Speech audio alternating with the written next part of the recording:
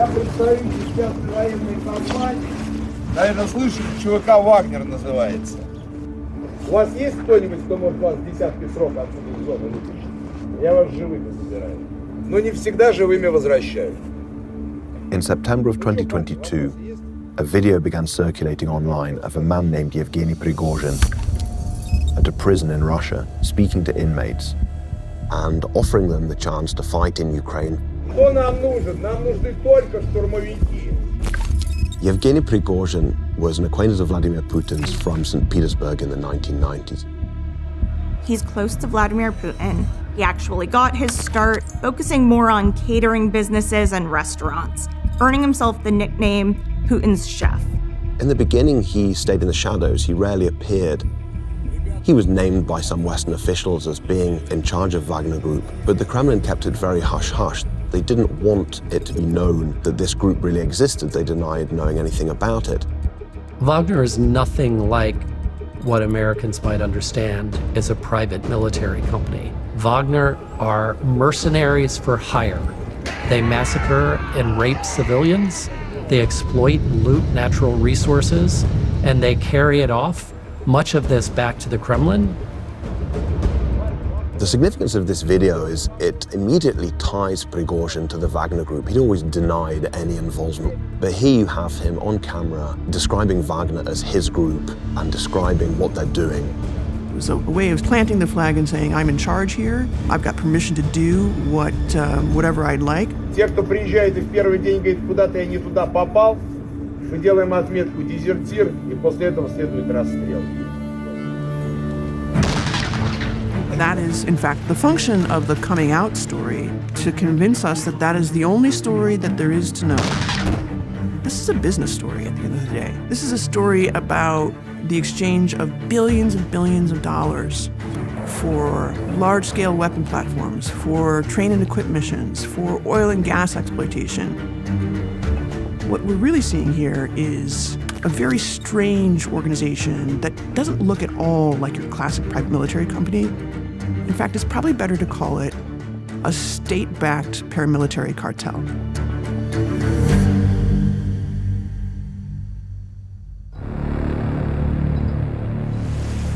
Very risky soldat? Are you a Russian soldier? Very risky soldat? The shadowy pro-Russian forces here violently took over government facilities. The Russian mercenaries were from the Wagner Group. The Wagner Group. The Wagner Group, a shadowy security firm linked to Yevgeny Prigozhin. The tentacles of Wagner spread across Africa, Syria, and Ukraine. They relish in their brutality.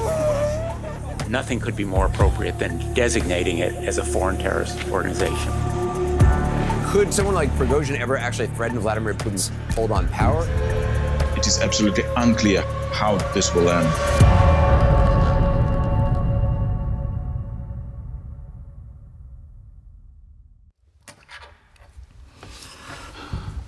Это жетон мой. My name is Marat Gabidulin. I am former Wagner fighters. Группа Вагнера первоначально была создана как инструмент нетрадиционной войны для того, чтобы соблюдать условия правдоподобного отрицания. Затем посредством нескольких перерождений, трансформаций. In the 10 years since its founding, the Wagner Group has evolved from a small guns-for-hire operation into a sprawling network of businesses that has been active on 4 continents.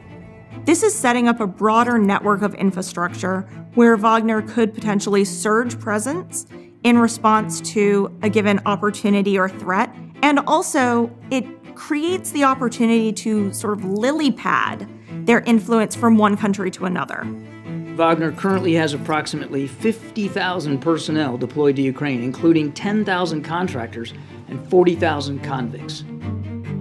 President Putin wants Russia to be a great power again. He wants it to have control throughout not only Europe and Asia, but also in Africa and other parts of the world. He's been able to send in his mercenaries through Wagner to do the dirty work. The Wall Street Journal examined shipping records, government databases, sanctions documents, and corporate records to identify 64 companies linked to Wagner's founder, Yevgeny Prigozhin. We found more than half of those are being used by Wagner as a complex network of front companies to hide the flow of money and materials that ultimately connect to the Kremlin. Neither the Kremlin nor Prigozhin responded to requests for comment about our findings. The monies would flow back through the corporate form, and they could be used to pay salaries. They could be used to pay weaponry. They could be used to pay for everything that a military needs, but not coming through the Russian state. It's always going to be a game of whack-a-mole for the US and other governments, because the more companies that are sanctioned, the more companies will be created to evade sanctions. Всегда вот момента создания там, некоторого прообраза этого ЧВК. Дальше по ходу развития только лишь бюджетные деньги. Every part of what the Wagner Group does is directed by the state, for the state, to the profit of the state. But from the beginning, the Wagner Group was carefully engineered to hide its connection to the Kremlin. Ukrainian and Western officials say that the way it was done was Yevgeny Prigozhin, through his catering company, Concord, was making money from defense industry contracts. So he was getting contracts to provide food and other services for the Russian army, which he was then able to reinvest into the Wagner Group. It is a classic money laundering technique. Concord Catering was what it sounds like. It was set up as a catering company that had sweetheart deals with the Kremlin. So the Kremlin would pay it, and it was the catering company. And then as part of that, there are ways to skim that money off the top and ensure that the money goes to the appropriate folks that Prigozhin wants to pay. It was through parts of that money flow that it's expected that Wagner got its start. The origin story of the Wagner Group is basically a battlefield rumor. At the beginning of the war in Donbass and the annexation of Crimea in 2014, we saw a lot of guys without insignia, the little green men running around. And they were often talked about as not being there. The Kremlin has always believed that Ukraine should be part of Russia and that naturally Ukrainians should support Russia. So it tried to foment a revolution, some kind of uprising in eastern Ukraine. Russia used small mercenary groups to support pro-Russian separatists in their fight against Ukrainian forces.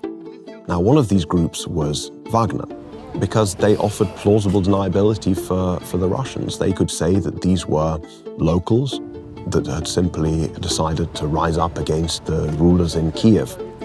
There are no Russian units in the east of Ukraine, no special services, no instructors. Those are all local residents. I just graduated university.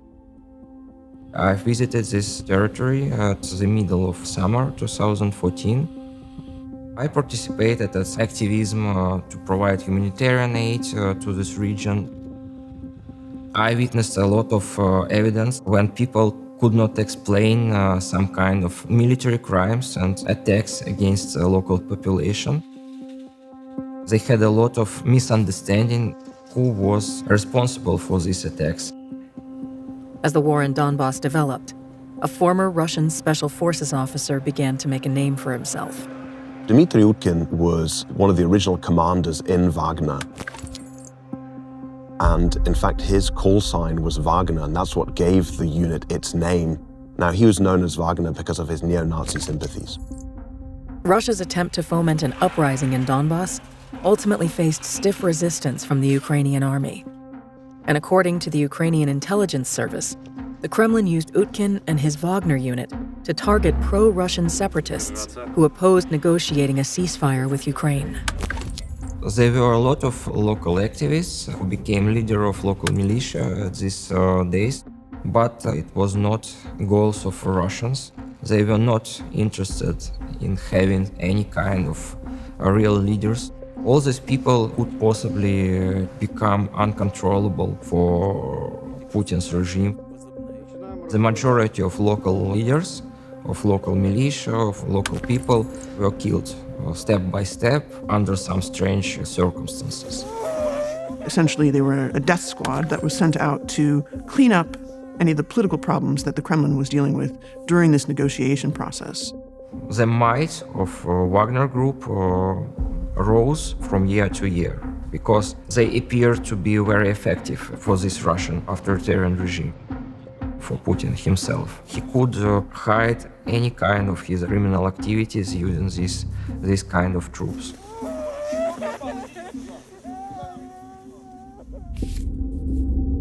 В 2015 году я находился в состоянии некоторой депрессии, тупик жизненный, не знал, куда, в общем-то, идти дальше. Но позвонил мой товарищ и сказал мне, что в России появилась вот такая вот структура военизированная. Я увидел в этом шанс для того, чтобы начать жизнь заново и применить свои навыки и знания в военном деле. In 2015, Russia intervened in the Syrian civil war, and Wagner was used to protect energy resources for the Assad regime. It was the beginning of a new business model for the group. And in return, they get a share of the natural resources, the looting of the country. It was a pivotal role in a conflict that put one of Russia's most important allies at risk.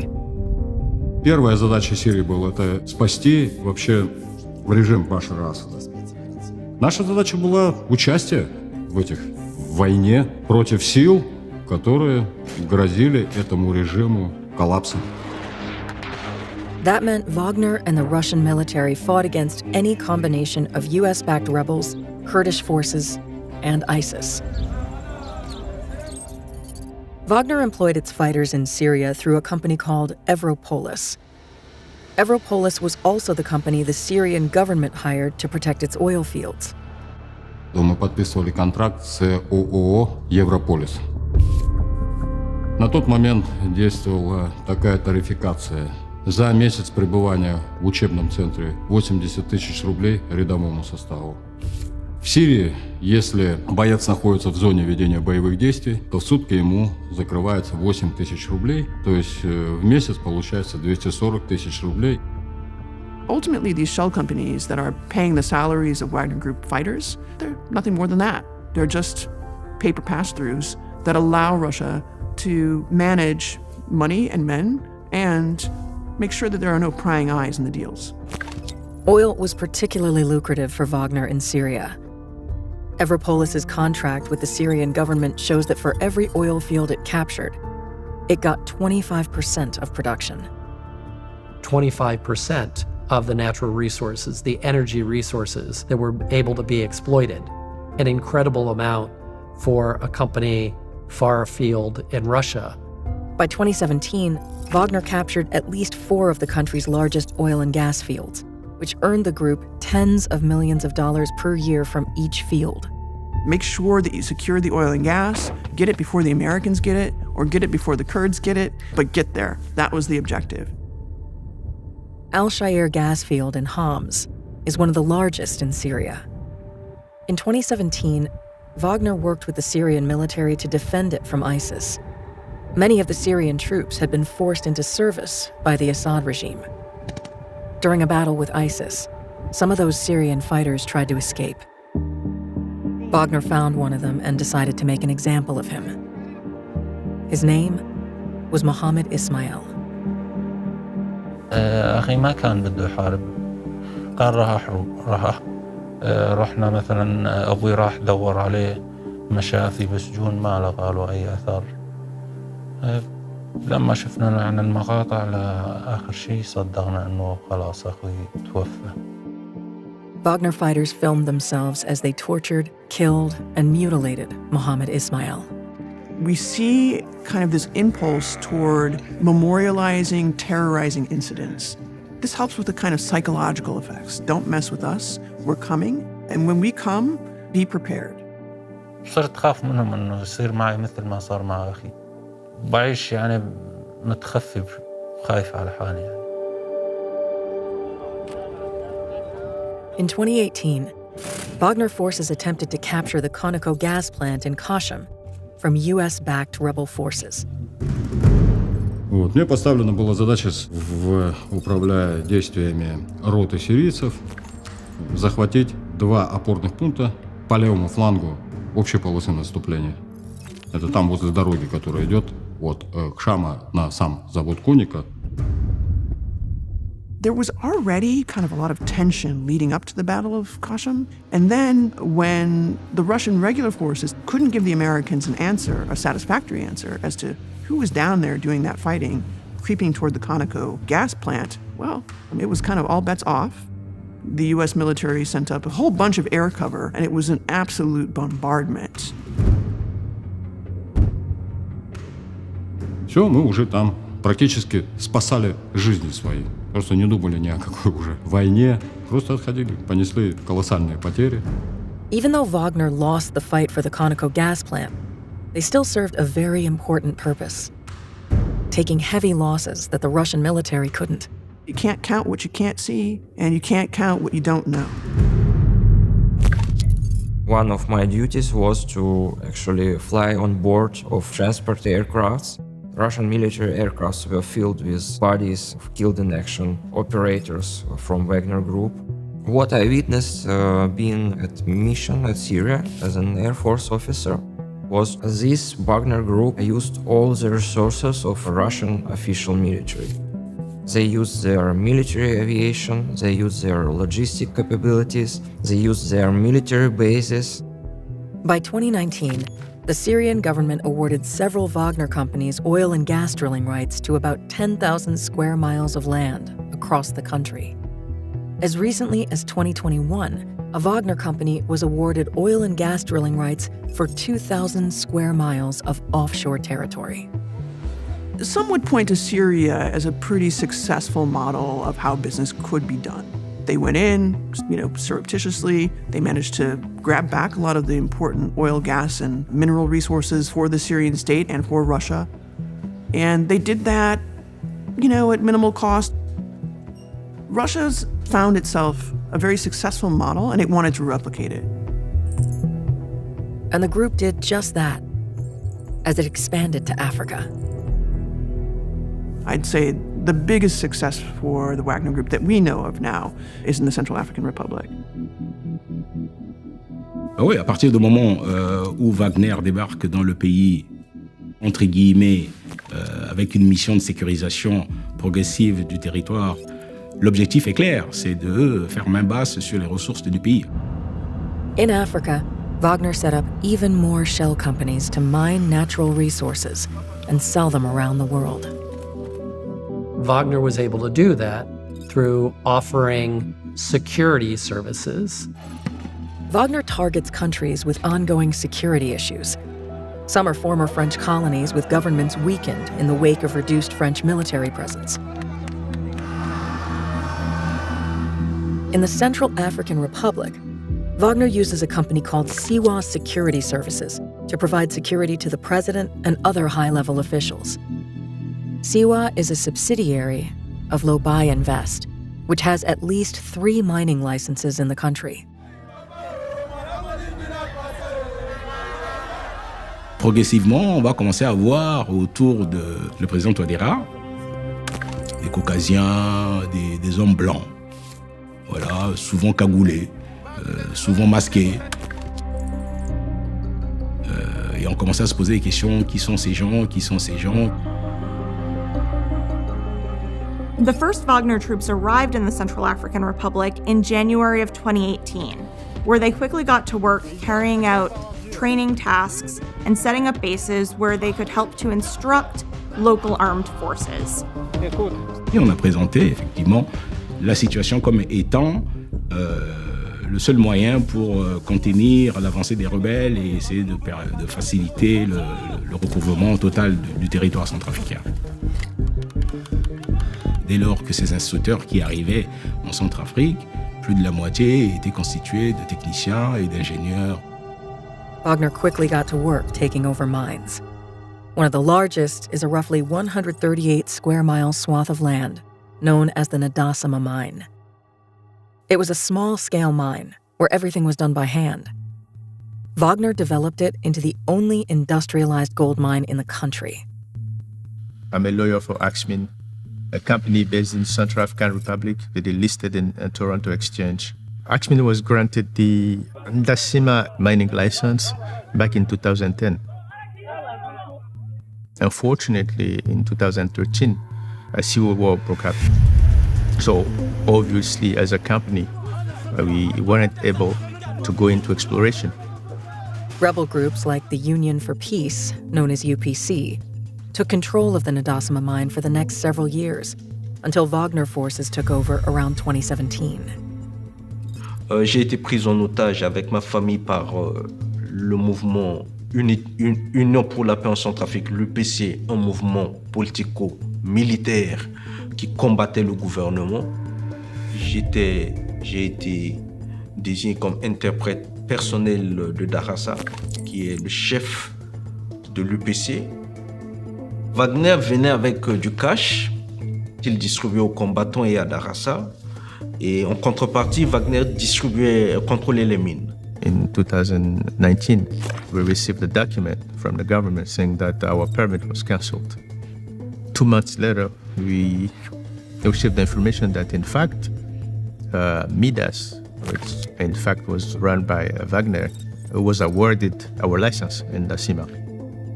Midas Resources is a Wagner company created for mining in the Central African Republic. The journal was unable to find any prior mining history for Midas. In a 2011 report, Axmin projected Ndasima could produce more than 1.4 million ounces of gold over about 8 years. That's nearly $3 billion worth at today's prices. Today, the government has no way of knowing what's going on in the field because it has become off-limit for the government since Wagner took over. Satellite imagery analyzed by the Wall Street Journal further confirms Wagner's presence at the mine.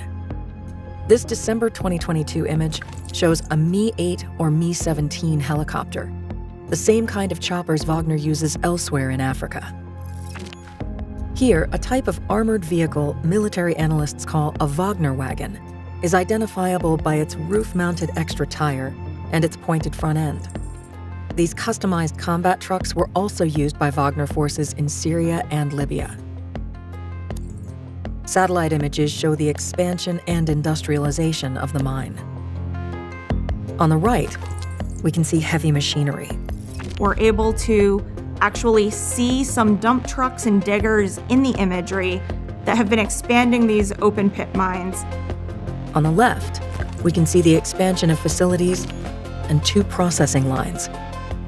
Together, these developments show the country's first industrialized gold mine, built by Wagner. We're not naive about the situation. It's highly unlikely that we would get it back. As Wagner-linked companies took control of mines, its fighters killed anyone in their path. One such incident occurred in 2021 in the village of Boyo, about 100 miles south of the Ndasima mine. Les alliés de Wagner sont venus avec des armes et massacrer mes cousins dans le village à Boyo. The Muslim community there was targeted because Wagner forces and their allies believed them to be helping the UPC rebels who previously controlled the mine. Pour eux, tout ce qui est musulman ou soit Peul est quasiment affilié à l'UPC. Donc, qu'est-ce qu'ils viennent, ils le font, et justement pour prendre aussi les bétails. Moi, particulièrement, j'ai perdu 6 membres de ma famille. The Boyo massacre was documented in a 2022 report to the UN Human Rights Council, which detailed the brutal assault on civilians there. The Boyo massacre is one small example of atrocities Wagner has committed across the continent. At the same time, Wagner-backed companies continue to spring up across Africa in different sectors of the economy, particularly in the Central African Republic. Il y a toute une nébuleuse en termes de business qui s'est progressivement mis en place et on verra que ils s'installent essentiellement dans les zones minières, exploitation d'or, exploitation de diamants et du bois. An overall playbook is step 1. Enter into a military technical agreement with country X. Central African Republic, Mali. You get the helicopters, you get the guys who fly the helicopters. You get the jet fighters, you get the guys who fly those jet fighters. You get the infantry fighting vehicles, you get the guys who drive them. That's the playbook. But then there's the second layer. We see this narrative of Russia coming in as a friend and a helper repeated in various types of propaganda and disinformation, ranging from Soviet art-style billboards in cities in the Central African Republic, and even getting down to the level of creating children's cartoons. La violence engendre toujours que la violence. Et l'agression n'entraîne que de la destruction et du malheur. We will make sure that the story that you're trying to sell to your electorate is the one that's sold on social media. Officials. Some people are just saddened by what's happening in the country. Things are getting worse and worse. The country has become a sort of rock state with the Wagner calling all the shots on behalf of the government. Wagner, c'est le désastre. Quand je parle de désastre, le mot est faible. Je ne suis pas du tout fier du fait que le Mali, un grand pays que le Mali, un grand pays comme le Burkina, puisse faire le choix d'aider le tapis rouge à Wagner. Les conséquences sont beaucoup plus profondes et puis le peuple souffre. Et il devait regarder ça de près avant de faire le moindre choix. US and European security officials told the journal that Wagner is also trying to expand to Burkina Faso, Chad, and Ivory Coast. Every weapon that goes into Africa is money. Every bit of gold that comes out of Africa is money. That money services a lot of different needs. It has been all along a sanctions management strategy, insulating Russia from what would inevitably come if it ever crossed the line into Ukraine. After backing Wagner through its massive expansion in Africa, Russia called the group back for the urgent need of the state, a full-scale war on Ukraine. Wagner would soon outshine the Russian military on the battlefield. It's expected that the money that Wagner, Prigozhin, and their front companies are reaping throughout Africa, hundreds of millions of dollars a year, much of that is expected to go back to Russia, some into Prigozhin's pockets, but much of it for the war effort in Ukraine.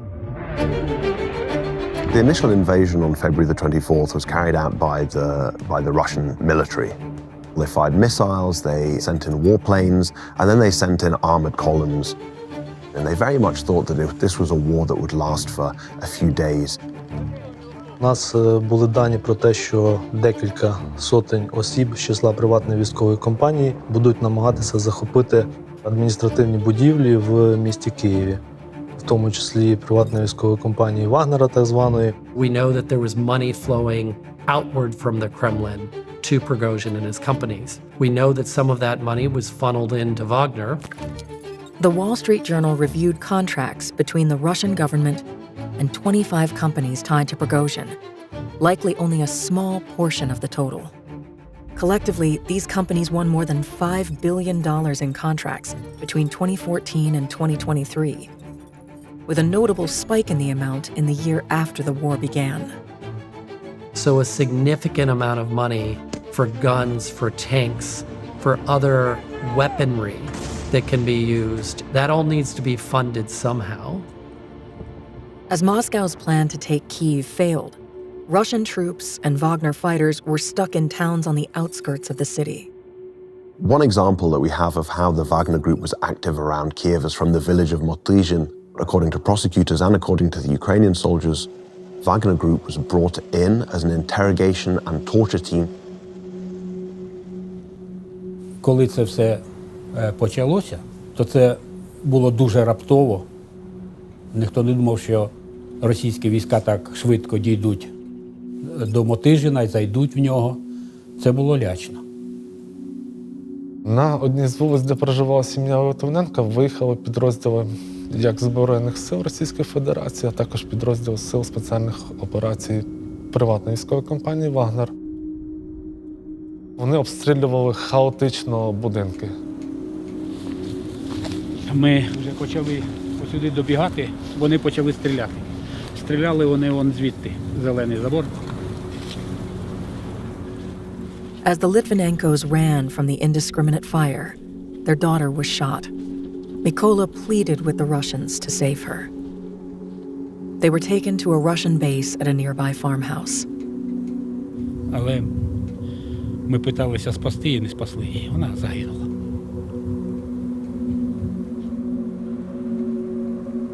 З слідством встановлено, що саме представники приватної військової компанії здійснили вбивство пані Литвиненко. Коли дочка померла, і я якийсь час там знаходився, все роздивився, обдивився, я зрозумів, що вони мене звідси не випустять. Я пробув там 9 днів. Я чув, як почали катувати жінку і чоловіка. Жінка кричала, чоловік стонав, потім знову затихло, їх кудись одвели. Через якийсь час, вже пройшов час, я почав аналізувати, що це була Ольга Петрівна, наша голова. Була закопана наша голова села зі своєю сім'єю, чоловіком і її сином.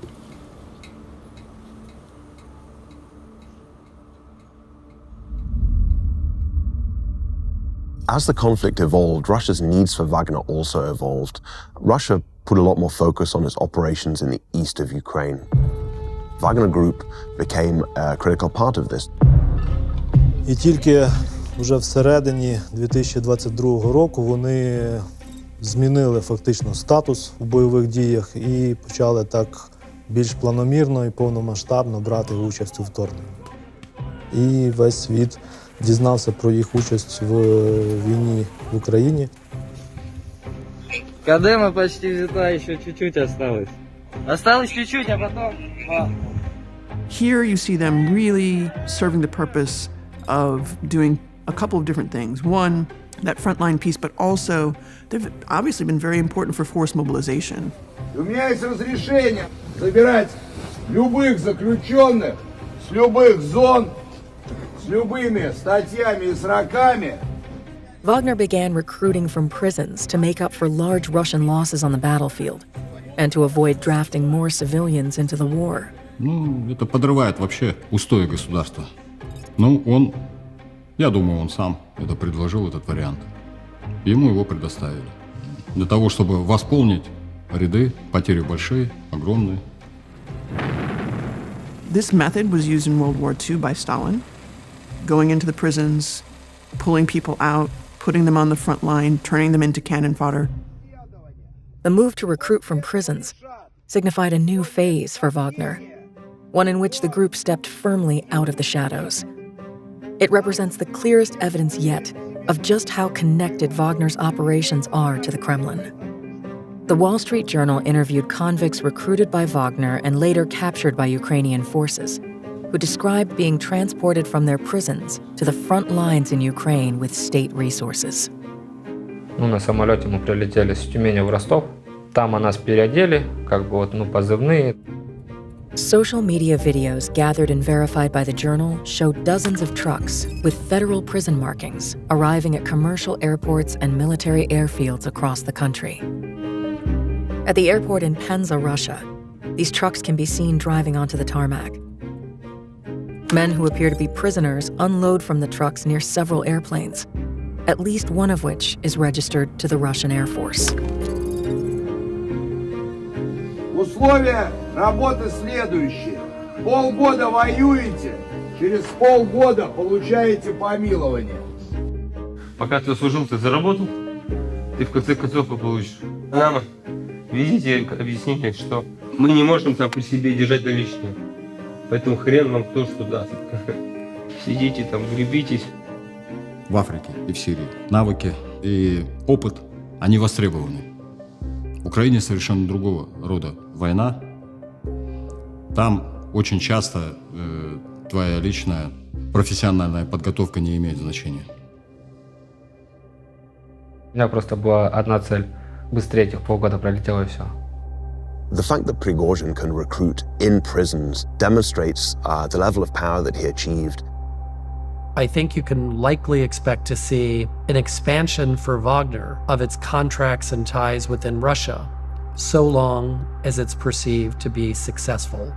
Нести без боеприпасов потери в Бахмуте. Бесполезные и неоправданные.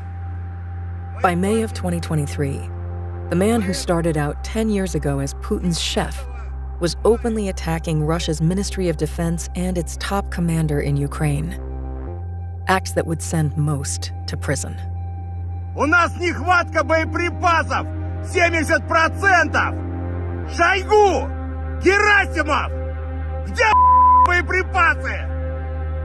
Посмотрите на них!